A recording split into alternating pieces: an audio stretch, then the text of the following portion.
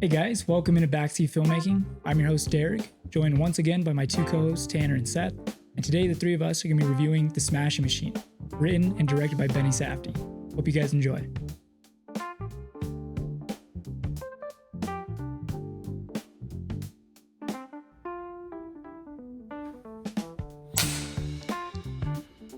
All right, guys, we're back. Another new movie. Been hitting the theater a lot. It's always nice. New Safdie movie, The Rock, Smashing Machine. Seth, why don't you tell the people at home a little bit about The Smashing Machine? Of course. The story of mixed martial arts and UFC champion Mark Kerr. Yeah. Oh, okay. Okay. That's it. I mean, that is the movie, to be fair. Yes. Very, very brief description of what this movie is. Biopic, MMA fighter, like you said, Mark Kerr, early pioneer of the sport kind of coming to the mainstream. The Rock starring as Mark Kerr here in his first serious role and maybe ever, which I know everyone was pretty excited about. Me in particular. You may have never seen The Game Plan. My Hey, friend. that's the one I referenced too. Yeah. No, but I did see the Tooth Fairy, and he's rock solid in that. So, but yeah, I guess we'll just talk a little bit, general thoughts on this movie. Do you guys have any? I want to talk about expectations going to this because I had my own, but I want to know what you guys were kind of thinking coming into this movie. What you guys kind of wanted to see out of it, I guess. I mean, I was expecting a really emotional rock performance and a layered rock performance and one that could be deemed worthy of an Oscar nom. Mhm. So that's kind of what I was coming into. Okay, Tanner, what were you kind of thinking about coming into this, if you had anything at all? I just thought this one would be the one to show his chops of actually, like an actual performance. Mhm. And God damn it, we got it. Nice. Okay, so Yeah. Tanner's already he yeah. felt good about it. Oh yeah. So do you think your expectations were met then in that case, or your wants and needs, if you will? Yeah, I think so. I think, yeah. I mean, we're going to dive into it, but Yeah. I mean, I felt the same way about this movie as far as I was actually highly anticipating this, more so for Safdie. I'm a big fan of his work. This is the first movie he's done without his brother, Josh. In fact, they're both doing biopics this year. Later this year, Josh has Marty Supreme with Timmy. So both doing sports biopics too, kind of oddball characters there. But this is the first one where they're doing separate films. And I've liked their work together. So I was curious. And I kept making the joke, we're going to see who has the sauce between the two, if not both of them. I think they're both, capable creators. But I wanted to see, I think I'm more familiar with Benny's work than I am Josh's. And I'm interested to see what the different sauces are. Exactly. Yeah. Like kind of like you see maybe the creative choices a little different. Because I see a lot of Benny, like a lot of Safdie brothers in this movie. For sure. So I'm wondering how much Benny has over Josh. And I don't know how much Marty Supreme's going to look like Uncut Gems. Right. But this movie had that like iridescent kind of feel to it. Exactly. Yeah. I think that's a good point because I think this story of Mark Kerr and the kind of troubled life that he led kind of lends itself to the Safdie brothers. And I guess in the case of Benny taking this one on, I think, tackling those struggles and showing someone who isn't necessarily like all good or all bad and maybe just kind of confused about what they're trying to accomplish, and I think this movie definitely accomplishes that. It seemed to me like a perfect fit. And I was really excited about The Rock getting the opportunity to take something, that's not Red Notice or something like that. It's an A24 film, more art housey for sure. Do you guys have any sort of familiarity with like the early sport or Mark Kerr coming into this? Just out of curiosity. I mean, just like some clips I've seen on YouTube of like obviously people in their gis, like that, like being like, oh, this is how it used to go down. Right. Yeah. And like fish hooking and eye gouging used to be more of a thing. Yeah. But it's interesting how this movie obviously showcases the UFC, but it doesn't even show his UFC debut fight. It's mostly the Japanese league. Yeah. Pride. Yeah, Pride. So it is interesting how it took, like, they were like how he says the NBA and the ABA. Yeah. Once again, spoilers will be happening in this episode. Oh yeah, I guess we should be spoilers Proceed for a with real life caution. man who well and alive, but also I guess spoilers. Yeah. I mean, we didn't know coming into this how this story was gonna play out. I don't know anything about Mark Kerr. Yeah, I don't know a whole lot. Like I used to be quite into like UFC and stuff like early on. These days not so much. I still like, you know, like to watch the fights, but you know that Mark Kerr was always a name that always came up in like early pioneer of UFC. So and you've everything. heard the name? Yeah, I heard of him, but I wasn't like familiar with like his story and what happened with him. So you know, I'm still kind of learning through this movie almost, in obviously a dramatic fashion. But I love the mysteriousness for me not knowing on you know his career and his life in general. So it was like kind of like a neat way to kind of look at it. I like that too, that I didn't know much about Mark Kerr going into this. I mean, I didn't know anything at all, to be quite honest. So I was looking forward to, you know, learning more about this guy and just seeing how they portray this story. I'm curious how, you know, diehard fans of the sport will feel about this biopic. I know there's a documentary by the same name, The Smashing Machine, that came out prior to this film that people seem to really like. I mean, he really is a smashing machine, just like you guys should be smashing that like and subscribe button. Hey, for real. Good plug, Tanner. No, but I mean, this movie, I guess I'll just jump into The Rock's performance if you don't mind, just because that's what everyone's here for. I think he has, you know, I said this to Seth, I felt like The Rock is the only actor, at least that I'm aware of on the planet Earth, that could have the sort of physicality that this role requires for someone like Mark Kerr, who is just a behemoth of a man. Right. And so is The Rock. And he is XXL in this movie. He is massive, but man, he looks so good. And I think even with just, you know, the slight prosthetics to match more what his face looked like, I just think, I don't know, I think he just really brought it, you know, physically speaking. And then performance wise, like actually emotionally and just like that screen presence. I mean, you know, you don't get to The Rock's position in this industry without having chops. And I know a lot of people like to say that, you know, he can't act or he doesn't try to act, which, yeah, I think he does take a lot of like low effort projects in the past, pay well, clearly. So can't really knock the guy. But to say that he doesn't have chops or he's not capable of something like this is why this is one of my most anticipated performances of the year, because I knew that he had it in him, and pairing up with someone as talented as Benny Safdie, who not only directed, but wrote the film and edited the movie, by the way, which stellar editing job by him. I was super excited. And from the, you know, A24, I think they have a certain sort of acclaim to their films by this point. You have a certain expectation, and I was excited to see, and I think he killed it. I think he really, really knocked it out of the park for me. Yeah. And he obviously put money into this because he was a producer of the movie too.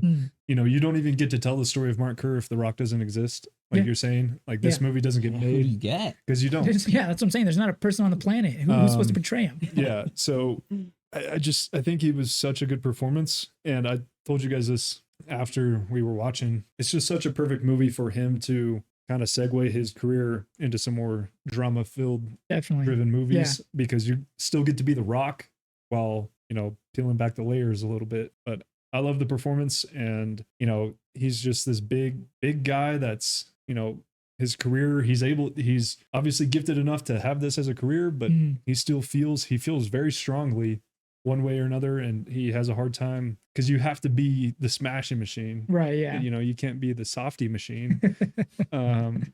So I think he did a perfect job. I think anytime it was just him like solo, like digesting his own emotions, or, you know, going for the drugs again, I just think those shots were so powerful, and I thought he commanded the screen really well. Nice. Yeah, I wouldn't say I'm like one of those that thought he couldn't act or this and that. I wanted him to be in a position like of this role of his in this one to display his acting talents, because me personally, I didn't know if he had it or not. I wanted him to attempt to, because I know he's been in some drama movies. These ones are going to be some pools, but like Gridiron Gang or Walking Tall.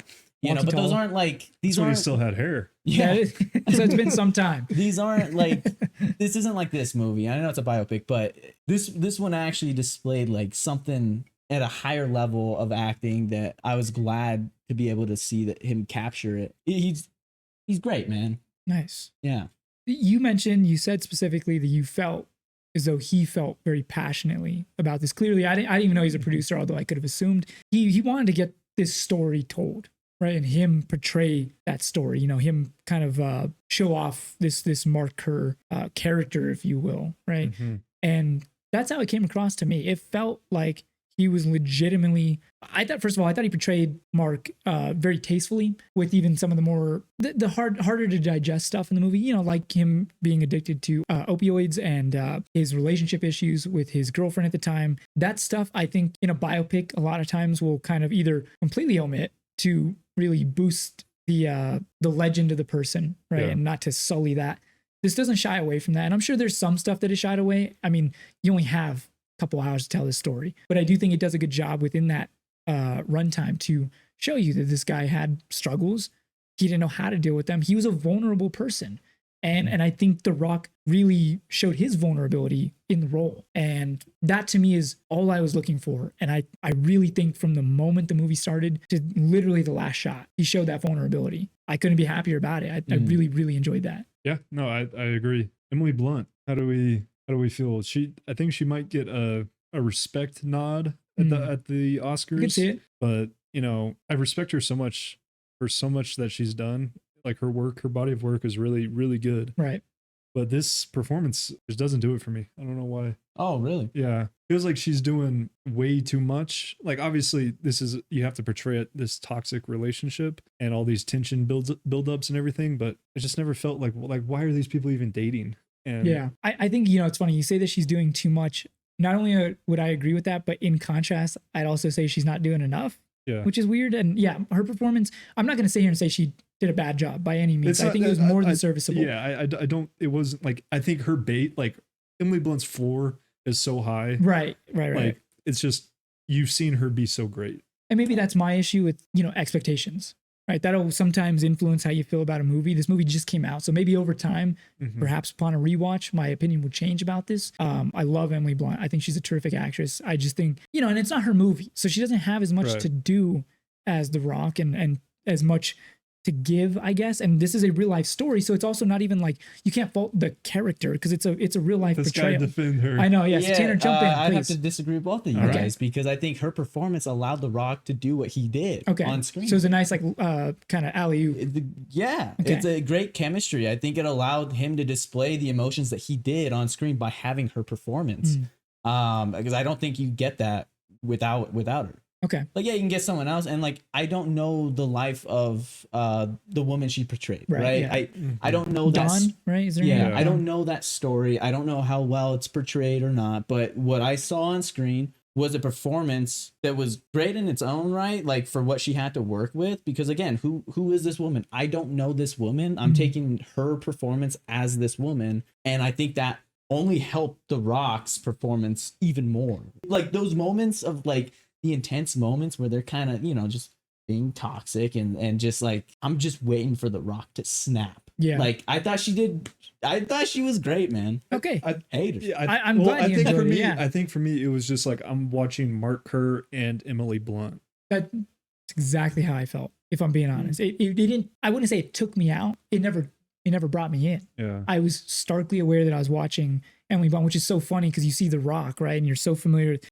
maybe his body of work or just who he is as a brand at this point. I mean, this, again, huge actor. And I totally bought that I'm not watching The Rock, except for maybe when he shaves his head in the movie and me and Tanner kind of laughed at, oh, okay, there's The Rock.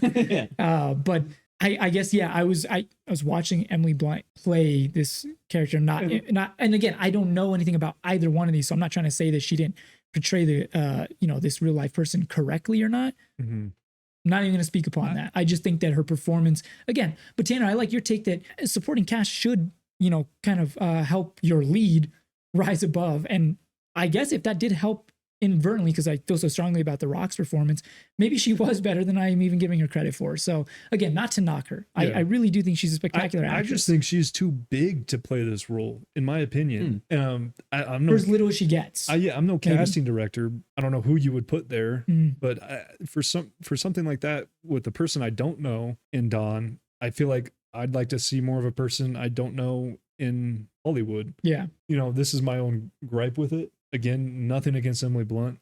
She's terrific. I just didn't it just didn't fully work for me. Okay. There. Well, let me ask you guys this, because I know Seth and I were talking about this a little bit. The perhaps lack of, because Tanner, you said that you felt it was they had great chemistry together. I think they nailed what they were trying to go for. Like, Yeah. again, a terrible relationship between the two, but hell, that's what it seemingly was. And and I gotta say they nailed what I thought they were going for.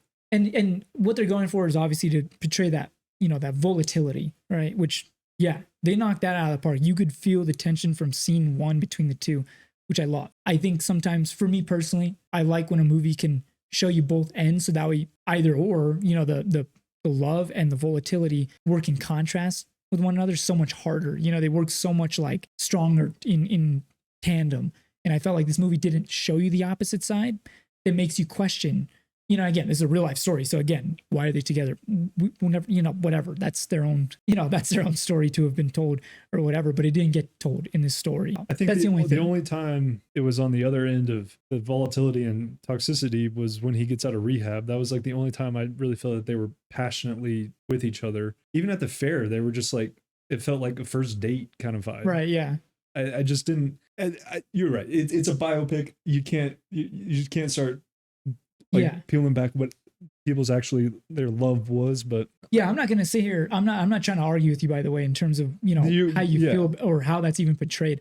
I'm just thinking in terms of when you take a story like this, a real life story, and you cinematically try to portray it, because that's your goal after all when you're trying to make a movie. I just try to think about, because you're going to have to omit some things. And again, in a 2-hour film or so, some things get cut out. Why is that not one of them if you can't turn that into something that you feel as though is strong enough? I'm not even saying necessarily about this film. I just think in terms of a biopic in general. But why you do get Emily Blunt to play this role is for the scene in the locker room where she goes to be with him after the loss. And they're having that conflict there, and then Igor comes in, and The Rock, and this is a great contrast to who they're trying to portray Mark Kerr as, is he puts it on when he needs to for the cameras and stuff. Right. Not really the cameras, but like for his buddies, his fighting buddies. And that scene or the shot where she's taking the picture of him, and it's her side profile, and you see the tears start to come down. Yeah, it's a great. And then she turns towards. Great shot.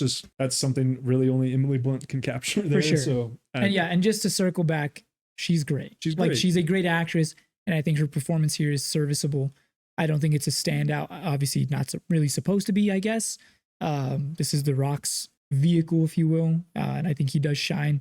I guess I just would have wanted a little bit more, is all. I'd be remiss if we didn't mention our guy who played Mark Coleman.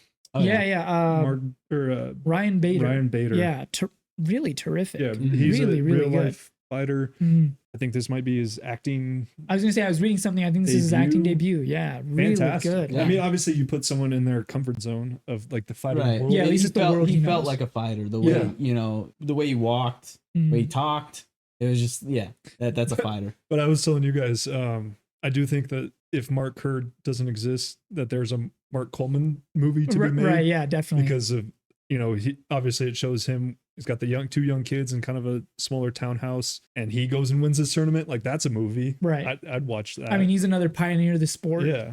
Very important figure in that world. And I think, you make a movie about him for sure. And this movie's a little bit about friendship too, like amongst the relationship. And, dude, the relationship with him and Mark. It's beautiful. Mark and Mark.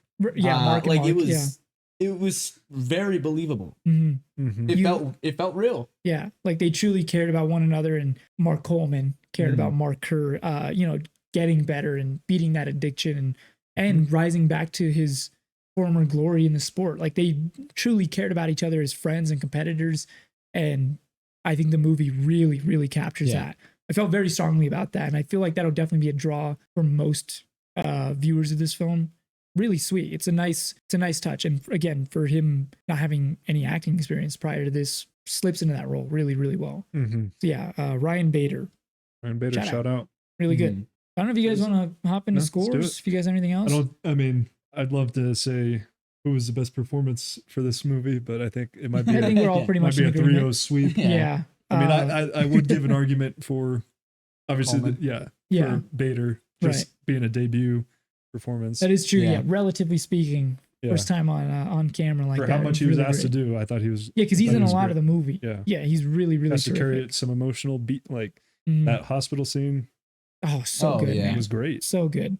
Well, in that case, I'll start us off. I flat out love this film. I really, really enjoyed this. It was one of the most anticipated films of the year for me. So I already had extremely high expectations and they were exceeded. I was really, really pleased with the direction. Like I mentioned, the editing, the writing. I mean, shout out to Benny Safdie for accomplishing all three of those feats. I think he's a terrific, terrific creative. And this movie, I don't know, he's got the sauce to me. So I'm hoping Josh can pull it out for Marty Supreme as well. But The Rock, if you don't think he's got, let me say it like this, like if you're a fan of The Rock, you'll love this movie because he's really great. And if you're not a fan of The Rock, give it a chance and maybe you'll become a fan. I think he's really, really good. Put the bias aside. You might not like him for his performances, but I think you'd like him for this one. I think he's really likable. I think he's really authentic. He feels incredibly real. I think he's really, really good. And I think this movie, or at least I hope, opens more of his mind to doing some more stuff like this in the future, especially with, you know, a lot of the acclaim that he's getting. And who knows, come Oscar season, maybe a win. I don't know. Give my boy the Oscar. I think he's terrific. I really do think this might be my single favorite performance of the year, thus far at least. Really, really good. So with that being said, I'm going to go a little crazy. I'm going to give this a 9.8. I thoroughly enjoyed this. I think this is probably my second favorite movie of the year behind Weapons, which we did not review, but if you haven't seen Weapons, go check that out. Rules. But really, really good film. So that's what he got. Nice. Hey, I like it. Gotta stand on the soapbox for that one. I like it. You know, I really love The Rock's performance. He, you know, I hope he's encouraged by this and continues to try and drive deeper into the dramatic performances. You know, it's, let me run this one by you guys. I just kind of popped into my head. You know, in many of Rock's movies, he's trying to save the world. In this movie, he's trying to save his world. That's great. I love it. I like that. It's my corny tidbit for this review. That's awesome. But he was great. I think he really dove into the character. And, you know, the thing I love about biopics is they don't have to be perfect for me because it drives me to go do the research on the event, the person, the whatever it is trying to tell the story of, and then I get my facts filled in. That's why I love them, because I love people. I love the story of people. Anytime your story gets to be told, I think that's awesome. You know, I think it's important with how big UFC is now. Like, you know, the pioneers of the sport should probably, very, the people that put relevant. their blood or their bodies on the line to have it be such a big sport for the life-changing money of $250,000, which, you know, inflation and everything, but still, like, these guys get paid crazy amounts now. So overall, I thought it was a solid movie. I think I'm gonna land at like an 8-9. But you know, The Rock really is the driver of that score for me. Nice. All right, Tanner, what do you got? Phenomenal movie. I enjoyed it. Again, to reiterate, I didn't have necessarily any expectations other than the hope that I'd get to see a great performance out of The Rock that I was wanting. He did that and then some. It was great. Thought the whole movie was very, like, from the start, like you had mentioned, like it had me hooked. It had me engaged. I think you guys were mentioning, like, the sound design of everything was phenomenal. Yeah. The fits this guy was wearing was great. Yep. Like, come on, man. I was like, obviously it helps that he's just fucking massive. Yeah. And it just looks good on him. But yeah, I mean, the entirety of the movie, I thought, yeah, he killed it. Emily Blunt was great. Ryan Bader was great. I mean, everybody else, don't know their names. Great. It felt real. Like, it almost felt like almost a documentary, the way it was shot. Right. Just like the style of it was interesting, and it was like, I don't know, man. Like, it wasn't anything that I was necessarily expecting or not, but it was something I'm glad it was made like that way, you know. Might take a page out of your playbook here, and I think I'm gonna give it a 9.15. Okay. Yeah. Yeah. The 3 digit. Yeah. It was great. I loved it. Shout out everybody that worked on the movie. Yeah. No, terrific job. If you haven't seen The Smashing Machine, definitely shout go out check Benny it out. for directing, writing, and editing. Yeah. I'm sure I want to mention, because this is pretty cool. their house that they live in right. takes How place could we in not I mention think this? what, Tucson, Arizona, I think, in like Yeah, I think so. 2000 or whatever. I think it was Phoenix. Is it Phoenix? Either way. Arizona, whatever. Flagstaff? I don't remember. They actually filmed that. That was here in Albuquerque, Mhm. and that was actually in the neighborhood that we grew up in. Yeah. When our parents Literally still live. the street over. So it was really cool seeing The Rock driving in the neighborhood we've drove around for, even to this day. Yeah. It's kind of just neat. It was Really, just cool really to see cool. the Sandias in We the were losing our background, mind. like- Yeah, I mean, we're next to each other in the theater, Like, bumping each other, like, oh my we're god, doing the Leo meme. he was like, at hey, he's you at know? our park. Yeah, You know what I mean? Yeah, Like, oh my dude, goodness, he's it was literally insane. there. I We just could've ran wanted to into The shout Rock. that out because that was a cool filming location. Yeah, Wish I was able to see The Rock, but yeah. not. Shout out to the Albuquerque unit for everything you did around here, getting this Yeah. movie made. Yeah. Really, Thanks really for awesome. shooting in New Mexico. Yeah. That's cool. Keep bringing us more movies. That's really awesome. Yeah, great shout out, Tanner. Awesome. I mean, do you guys have anything else to add for the Smash Machine? Go Just watch it. One of these. Go watch it. Drop a like, subscribe. All right, we got plenty in the works for you guys. If you guys enjoyed this video, yeah, we got a ton coming forward. So I think it'd be good to stick around if you guys would like. But I think that'll do it for this this review. So, Dean, you know what to do. Take us away. Hey, fans and subscribers of Backseat Filmmaking. Thank you, viewers, for watching. You need to like, subscribe, comment, and generally don't break bad on the comments, all right? Because I'm going to, kick your butt, all right? You don't want the DE after your ass. So do all that and support Backseat Filmmaking.